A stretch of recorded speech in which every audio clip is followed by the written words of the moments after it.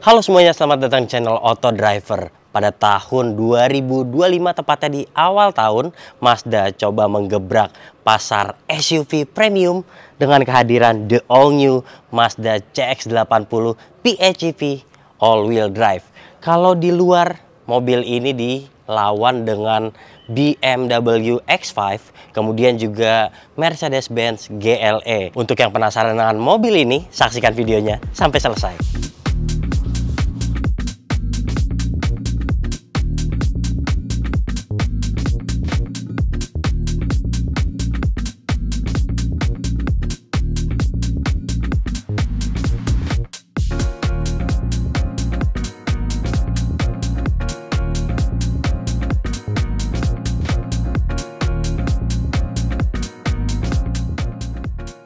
Seperti biasa kita bahas dari desain depannya dulu.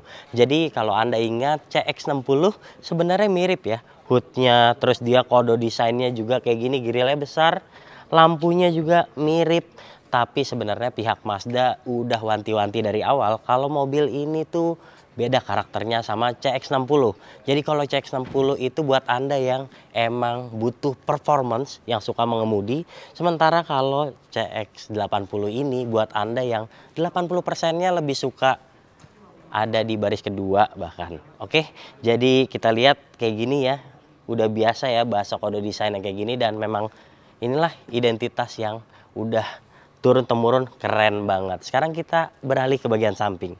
Udah di samping kayaknya nggak lengkap kalau nggak ngomongin soal kaki-kakinya. Kita lihat velgnya dual tone kayak gini, terus dia 235 50, ringnya 20, dan saya suka dia pakai Goodyear Efficient Grip yang katanya bisa meningkatkan performance. Wah, mantep nih.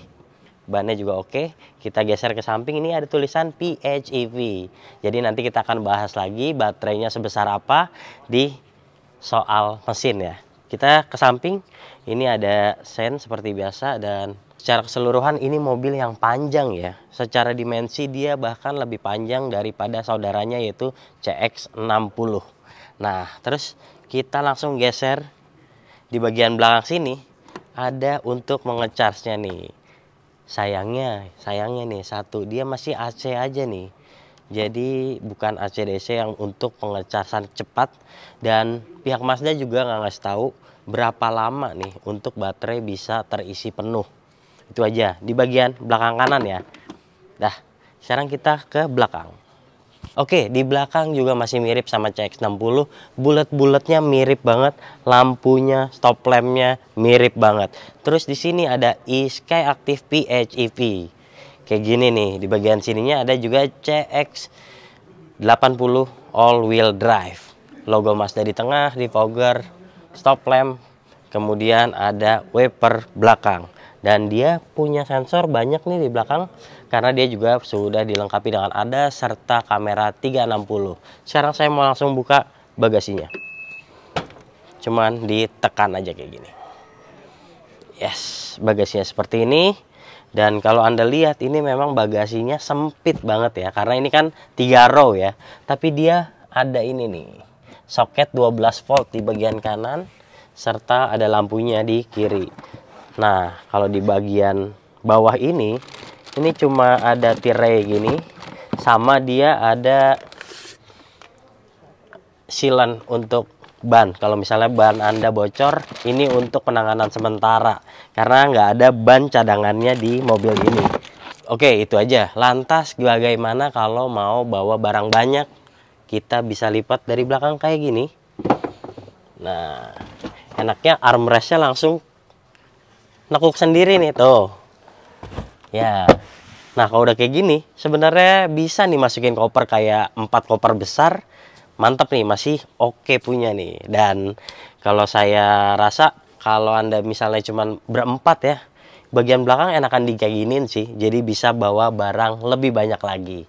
Lanjut kali ya, sekarang kita mau ngomongin mesinnya. Tutup dulu, pencet aja. Yes, sekarang kita buka kap mesinnya. Ini dia, ada SkyActiv PHEV, dan dia 2500 cc, kemudian tenaganya sampai 191 PS, dan torsinya dia mencapai 260 Nm. Sementara tenang dulu, bukan itu aja tenaganya. Kalau Anda menggunakan sport mode, Anda bisa mengkombinasikan dengan baterainya yang cukup besar. Baterainya itu 17,8 kWh. Jadi tenaga gabungannya sampai 366 PS dan torsinya juga sampai 531 Nm. Yang artinya mobil ini tidak hanya mengandalkan kenyamanan di bagian dalam, tapi juga masih memikirkan performa dari mesinnya.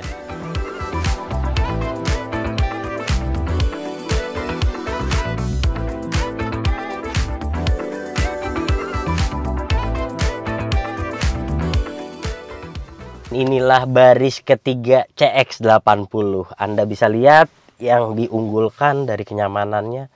Legroomnya kayak gini, tapi ini kurang nyaman sih buat saya. Saya tingginya cuma 170 cm.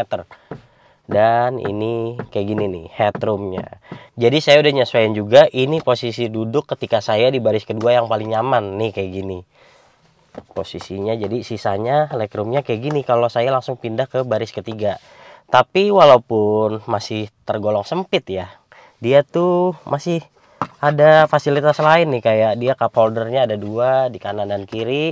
Lalu ada ventilasi AC kanan dan kiri juga, dan dia ada port type C, jadi nggak berebutan untuk yang ada di kiri dan juga di kanan.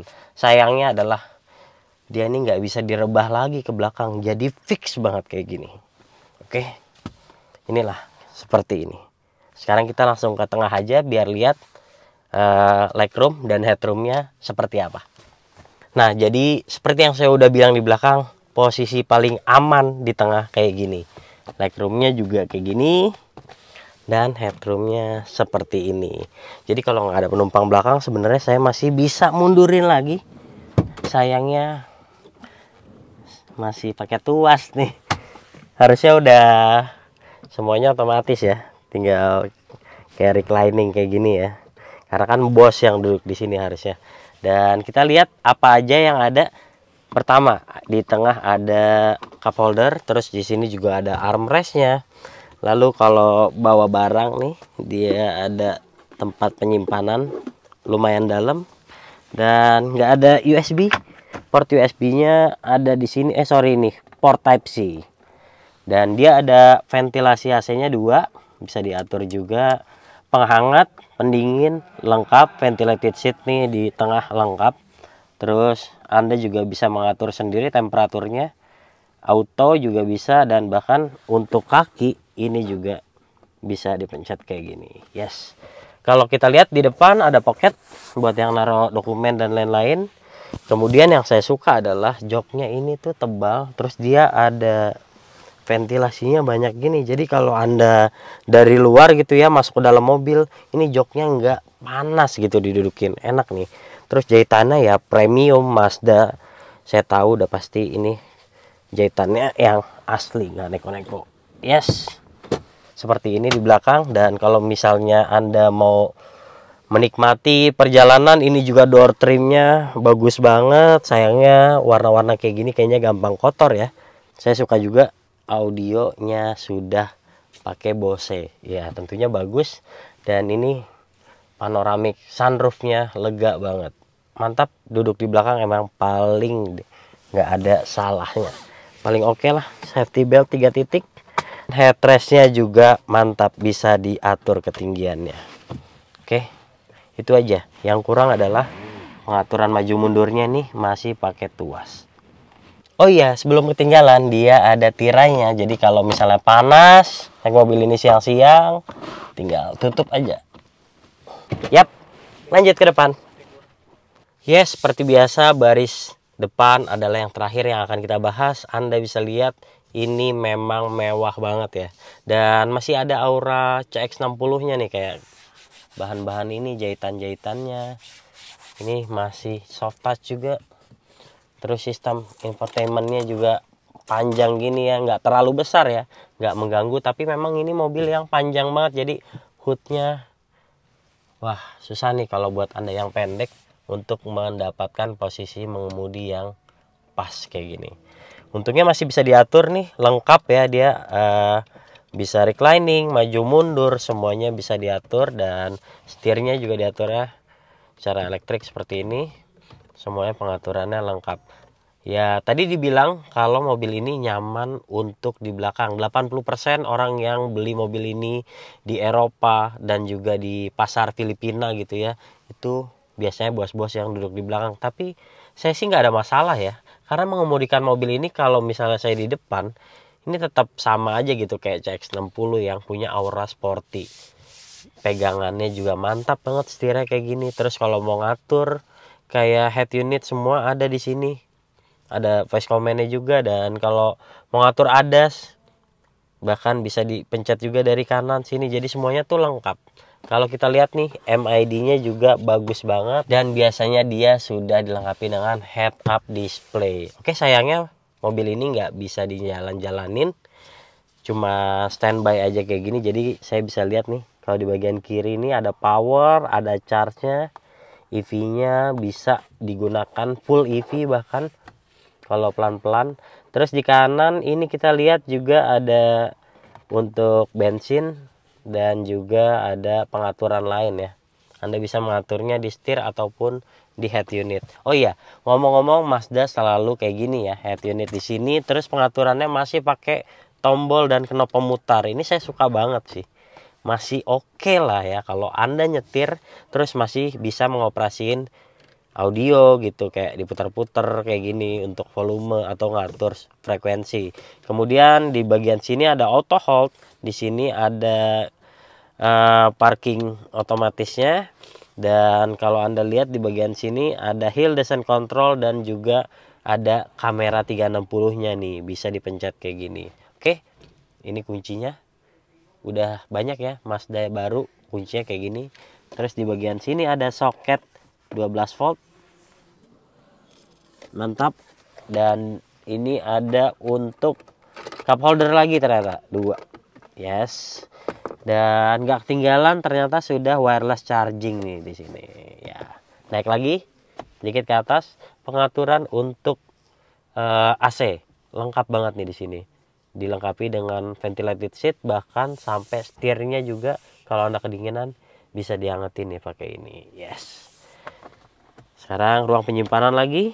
Di sini datar banget, kayaknya cuma bisa bawa gadget yang nggak terlalu besar ukurannya. Terus dia ada port type C sebanyak 2 buah nih di bagian sini. Lanjut ya, ruang penyimpanan lain kayak ini nih. Ini juga nggak besar, cukup aja lah, cuman bisa naruh 3 buku sepertinya. Tapi buku-buku yang kayak gini ya. Yap. Secara keseluruhan saya suka posisi mengemudinya kayak gini. Tapi nanti untuk ngomongin kesenangan berkendara mungkin akan kita lanjutkan setelah mobil ini launching di 22 Januari 2025. Untuk mode berkendara ada di sini, dan pengaturan ini ada 4: sport, normal, EV, serta off-road. Warnanya beda-beda nih di MID. Itu aja. Mantap ya ini mobil. Masih di ranah pengemudi, Anda punya banyak tombol seperti bukaan bensin, parkir otomatis, dan juga bisa matiin sensor nih. Buka bagasi bisa dari sini, dan enaknya ada pengaturan kursi nih. Anda bisa save, ada 2 aja cukup. Ini untuk meletakkan koin nih. Chill. Dan oh iya, tadi ketinggalan, dia tuh di setirnya ada pedal shift kayak gini. Mantap ya, jadi ada aura sportinya makin kental.